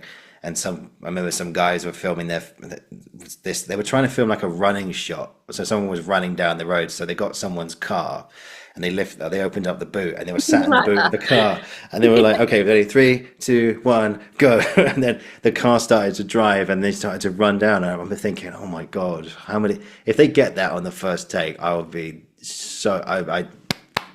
that'd be great. But I would imagine like sometimes the Love car that goes, though. yeah. That's guerrilla filmmaking at its best, isn't it? I mean, it looked great fun. Don't get me wrong. I was just like, oh, I want to be a part of that. That looks good. And have you seen 1917? No, I haven't. I know I should have done. This is terrible for me as a filmmaker. Yeah, I think from an editing perspective, it's actually there's not too It's much. very one shotty, isn't it? It's That's what one continuous shot. Yeah, Yeah. I think you'll love it. That's another recommendation for you as well. That's brilliant.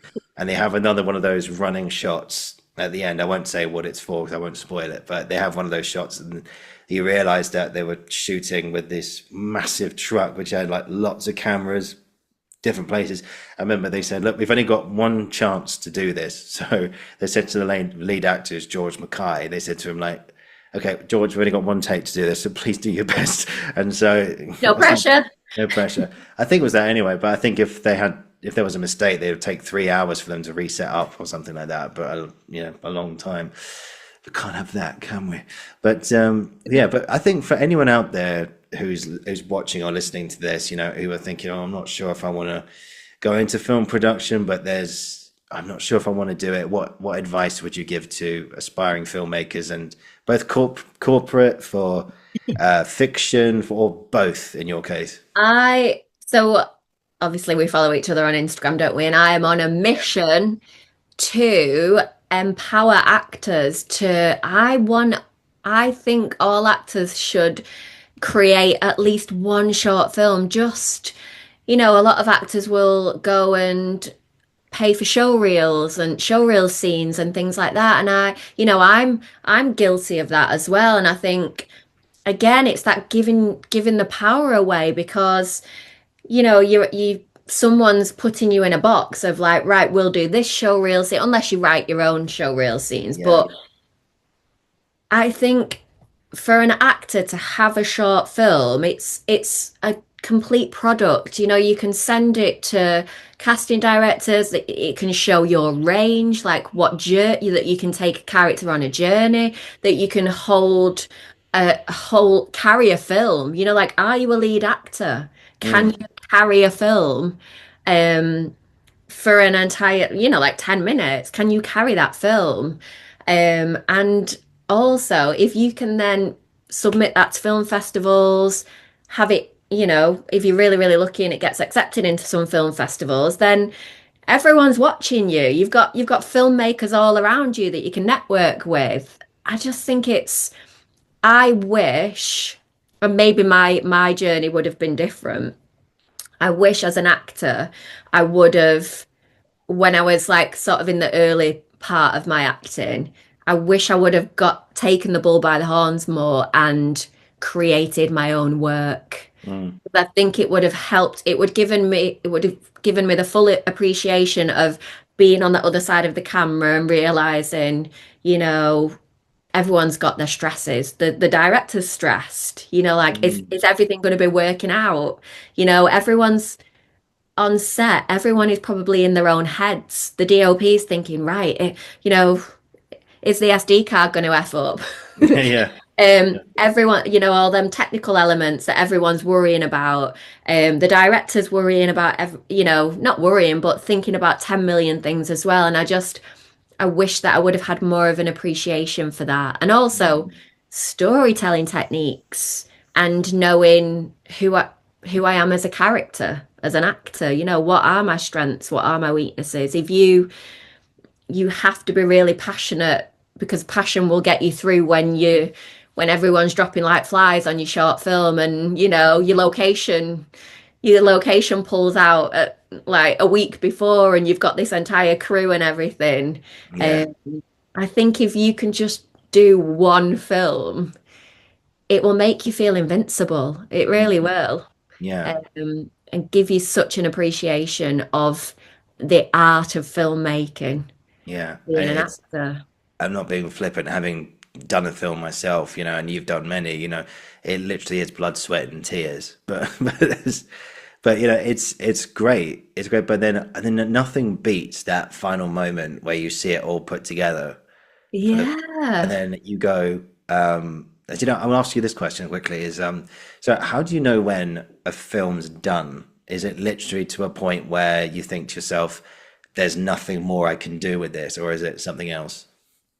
For me personally, I could tweak and edit forever. Mm, So I have to get, this is why I like to work with lots of collaborators, because I feel what's the word? I feel like responsible to the collaborators. So it's like if anyone's giving their time to me, like working on a passion project, I owe it to them to get this project finished mm, and get this project out there. I know as an actor, when I did student project, and I've seen both sides of the coin of this. mm, When I was an actor and I would apply for student projects because I wanted the footage, I wanted the showreel footage, mm. there would be times where I would, I might drive to far locations, and you know it is hard work being an actor. I would learn all the script. I would put a lot of effort into it,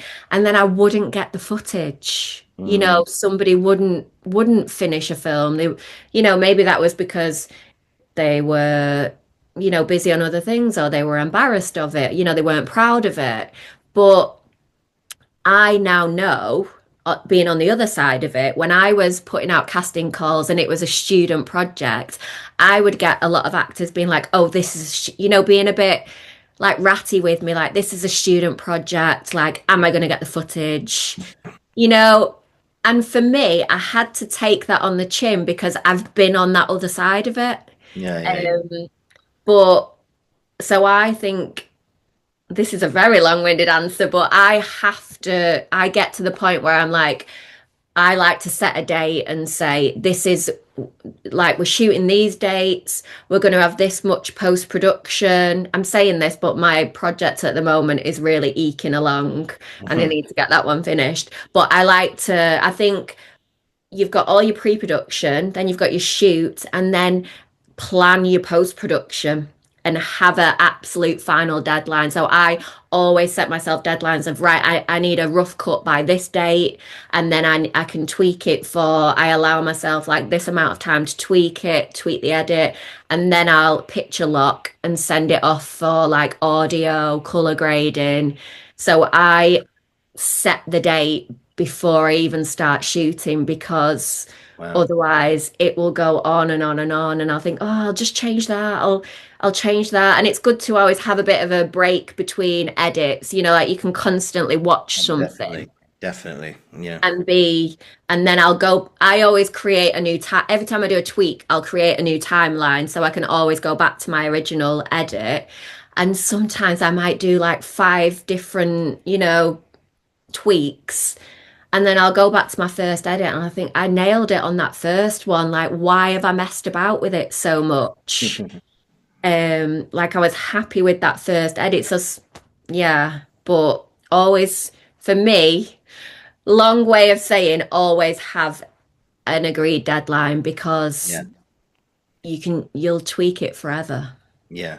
And I think you'll constantly look at it and go, oh, that scene was that scene too short? Was it too long? And I think eventually, I think we got to a point where Rebecca and I, where we just went, okay, I think, Yeah, we've I think we're gotta good. I think we're good gotta now. let this go. We gotta let this go.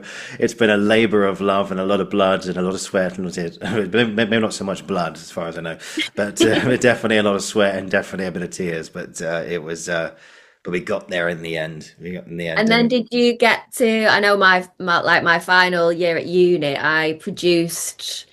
produce I produced three short films, directed one short film, so like four in total.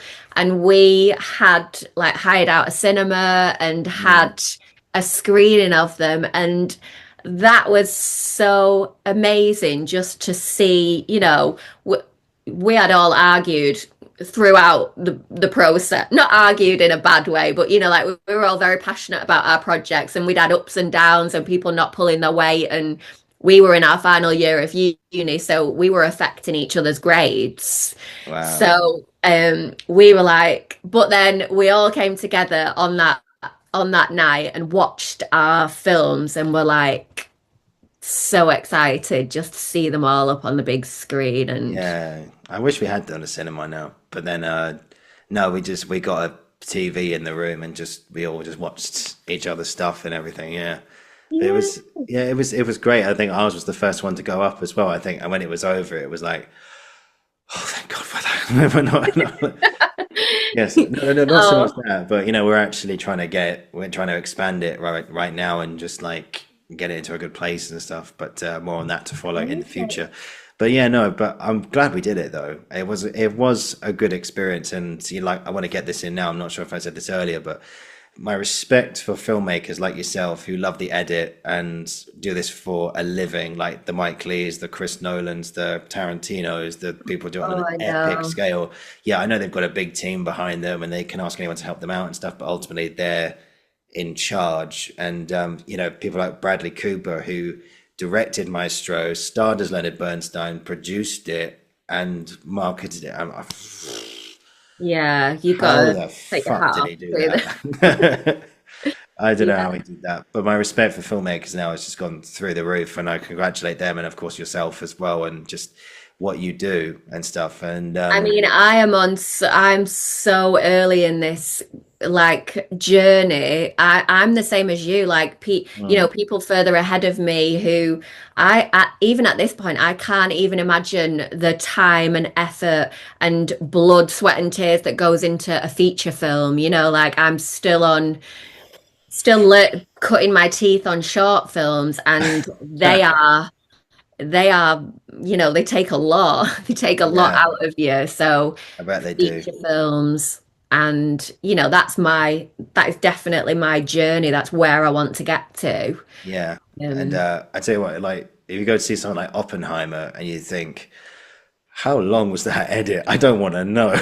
oh, I know. Probably Yeah. about a year at least, just to get Even that when all. you get to that point towards the end of your edit, where I get to the point where I keep watching the entire thing, the maximum one I've done was about 13 minutes. Yeah. And I'll get to the point where I think, right, I know I've tweaked lots of little things now. I need to watch the whole. So I can't even imagine like having to watch the whole thing through every single time with Oppenheimer. Yeah, I bet these guys are so sick of their own films by the end of it. They're just like, please, just enough, just get it out. I don't want to, never want to watch this again. But Yeah. oh, it's crazy. Yeah, maybe one day we'll get there. We'll both direct something on that scale. Of course we will. Who knows? Who knows Absolutely. what Absolutely. who knows what will happen in the future? Anyway, Kim, this has been so much fun. I just got a couple more questions left for you today. So two quick fire questions. But first of all, thank you for your time, and you've been so generous with it today. And Oh, thank but you for having me. It's been exciting. yeah, it's been absolutely great. We could probably continue talking for another 2 hours or something like that. That would be great. But so just to finish on today, so last two questions for every guest, which is first of all, what would you say was a bit of advice you wish you heard when you were starting out? Ugh, okay. My biggest piece of advice I would want to say to myself is just like opinions are opinions, and everything is so subjective. So everyone is allowed their opinion, but do not ever let that affect you. Like, absolutely not. Mm. Yeah, no, that's good. Yeah, opinions are just they're subjective. Yeah. And ultimately it's not your truth either. You can, you know, Well, yeah, certainly. it's them, isn't it? It's projection. It's like when Mm, people say, "Oh, that being an artist isn't a career, like that's their projection. That's, you know, exactly. Yeah, Don't let the naysayers, don't let the naysayers drag you down yeah, because for me, it's, you know, opinions are opinions. I will do what I want to do, and nobody.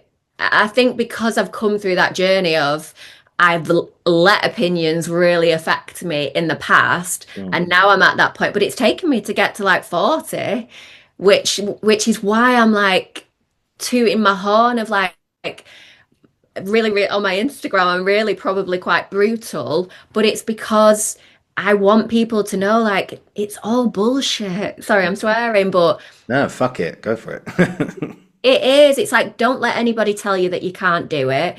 Don't let anybody tell you you're too old to do it or too young to do it.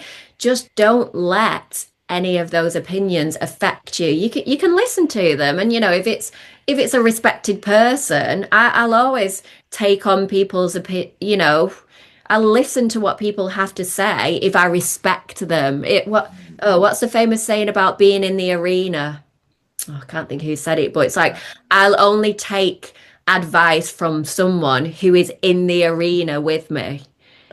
So if if you're not a filmmaker, if you've not made a film and you're trying to say like, oh, you shouldn't be doing that, then And it's 10 times out of 10 it's people who've never done it before either. yeah. They've never been on a film set. They've probably even read they probably even never read a book.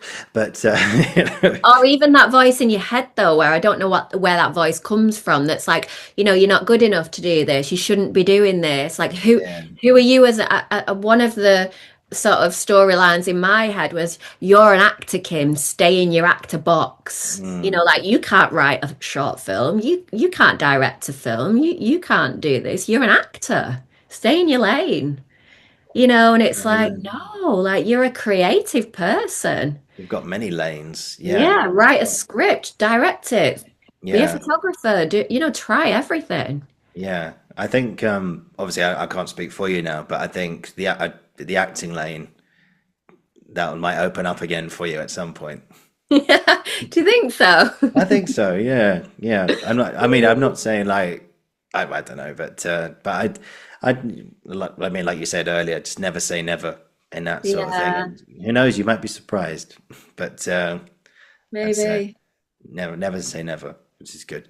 I think there's And definitely still something there. Because there is tiny little pangs where I'll think, I would like to work with, I would like to split myself in two and like me be the director and me be the actor. yeah, one day again.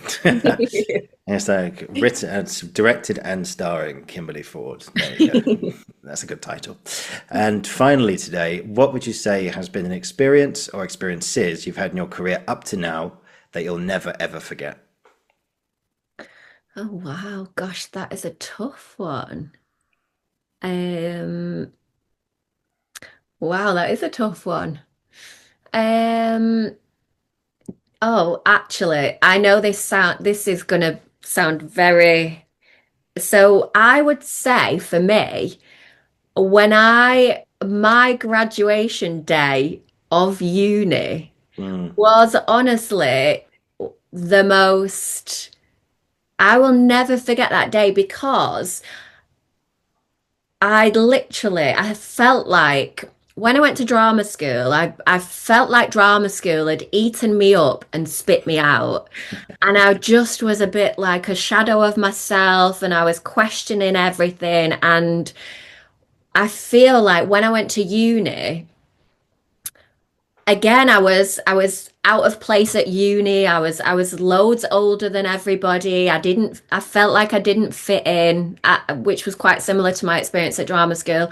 And I had to have a word with myself and be like, are you going to repeat this cycle of, feeling like you're not fitting in, you're not good enough to be here, da, da, da. And I was like, no, we are not repeating that cycle again. And so I went into uni and I was like, this is me. I'm here. I'm ready to learn. I'm ready to push myself and do everything that I've always wanted to do. And then, people say that you don't need university to make films. I agree with them, but for me, I needed that 3 years of learning everything, having constant feedback, constant criticism, and building my armor of 3 years of, taking that criticism on board and knowing that it's coming from a place of we want your projects to be better. And I feel like for me, uni was such a mindset change of having real strength in my ideas and strength in, no, this is my idea, this is what I'm doing, that strength and confidence. And then to graduate with like a first class was just the cherry on top. It was like, yeah, you've done it. And I felt like it's so now I just feel like I have this unstoppable confidence. I'm sure I might hit a brick wall again, but I just think I'm at that point now where I really don't care. Mm. I don't care what people think. It's me versus me every single day. There's no one. It's me versus that voice in my head, telling me like, you can't do this. Yes, yes, I can. I've done it. I'm doing it again. Yes, I have. Yeah. And I think it was that graduation day of uni where it's like, right, this is it. Let's start. Here we Game's go. on. Yeah, I love it. I've just got one quick one left for you, actually. Just quick, it's crept into my head now, but I promise you this is the last one. I forgot to ask you this earlier. What would you say was the difference between yourself at the beginning of uni and the last day of uni? Obviously, you've talked about graduation day there now, but what was the biggest difference between yourself on the last day compared to day one? I 100% the self-belief. Mm. And this is what I think everyone, however you get to that point, my point was going through uni, but I truly believe that everybody has got within them whatever they want to do. If they set their mind to it, they will do it. Mm. Whether that's become an actor, make a short film, write a script, like it's dead cheesy, but the only thing that is stopping you is you. And I wholeheartedly believe that. And I think I went into uni that first day and, I could have been that person who's like, oh, I'm the oldest person here. Like, I've not just come from college where I've studied film. I didn't know as much as everybody. And I could have really easily slipped into that point of, oh, and sunk back. Yeah. And like I said earlier, I did sort of go down that little bit. I'll be the producer, but I knew I wanted to be a director. Deep down, the little tiny voice in me was like, "You want to be a director, Kim, and you're copping out." And I think first year I wimped out. Second year I did direct some stuff, and I was a bit. But it was my third year, and my friend saying to me like, "Kim, you are directing this," and it was like, "Yeah, I'm doing it."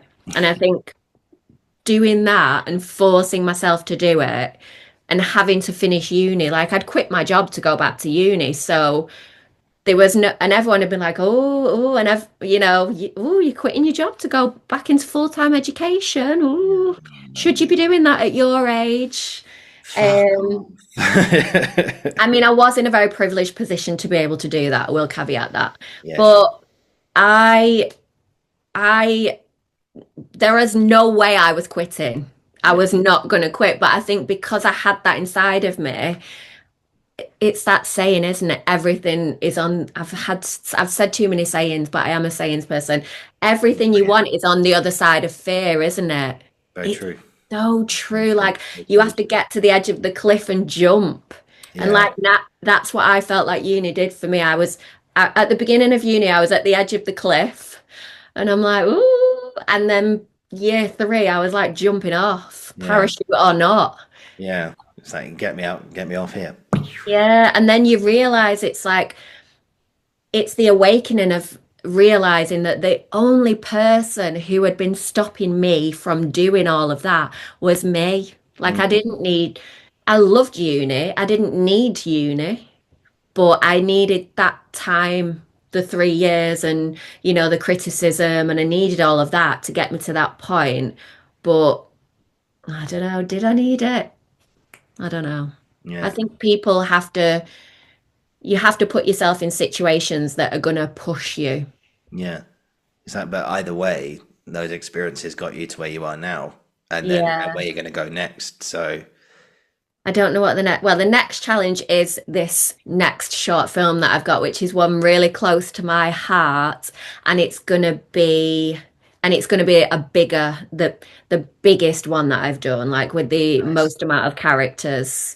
So I think for me, you just got to keep baby steps pushing forward. Yeah, I can't go from zero to a feature film. That It's not going to happen. yeah, Um, I think I did a post recently and it was about Jane Campion. And if you look at Jane Campion on IMDb, she did like short films for about 7 years. She did I just want to do one short film per year. I've not set myself ridiculous targets of like, yeah, short film every 6 months or every month. Like, no, I want to do one good short film every year mm, until I get really good at them. And then maybe that feature film will just be like four short films put together. yeah. That's how I will justify it in my head. Exactly. Yeah. So, where can people see it when it's out? Oh, well, it's still in the development stage at the moment. Yeah. So hopefully, I don't know. I'd love for it to have a proper festival run and get into my absolute dream film festival is one called Aesthetica, which is in York, and I absolutely love it. And I don't know, maybe in 1 year's time I'll watch this back and think I visualized it. But yeah, that's my dream, just to get it into Aesthetica Film Festival. And also Women X, because I just went to that festival recently, and it's such an amazing festival for women, for female filmmakers. Yeah. So fingers crossed. I'm hoping to shoot it next spring. I want it to be, it's set in a baby shower, and I want some like garden scenes. So I'm thinking about cost and weather and things like that. So I want to shoot it next spring. Nice. So hopefully, Yeah. That'd fingers be great. crossed. We'll put it out there, man. Yeah. In a year's time, we'll look back on this chat and be like, see, it happened. Oh, I'll be playing the lead in it. You'll be like, Kim told you you'd be acting again. Yeah, exactly. I can't wait for the day, and I will not be Yeah. sorry when I do say it. Brilliant stuff. Kim, this has been so much fun. Thank you so much for your time today. I really, really do appreciate it. And it's been a joy to actually go over filmmaking again. I never thought I'd relive the experience of doing that short film and stuff, but it's I hope it been wasn't PTSD for you. no, no, no, no, no, not at all. It was PTSD for a little while, but not anymore, so it's fine. But who knows? I might be the editor in something in the future. Who knows? But let's say you'll be acting again, and I'll be editing. Who knows what will happen? You need to revisit Da Vinci for sure. Oh God, no, no. Okay, we are creeping into PTSD territory now, but never again. Who knows?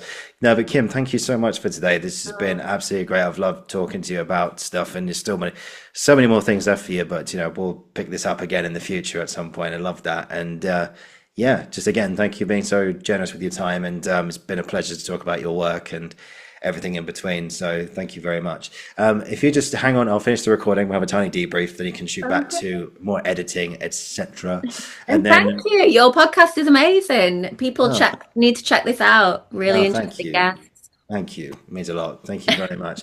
And what's left to say is, guys, thank you for watching. Thank you for listening. This has been the Uncensored Critic podcast, and I'll be back very, very soon. And yeah, Kim, thank you so much. Thank you.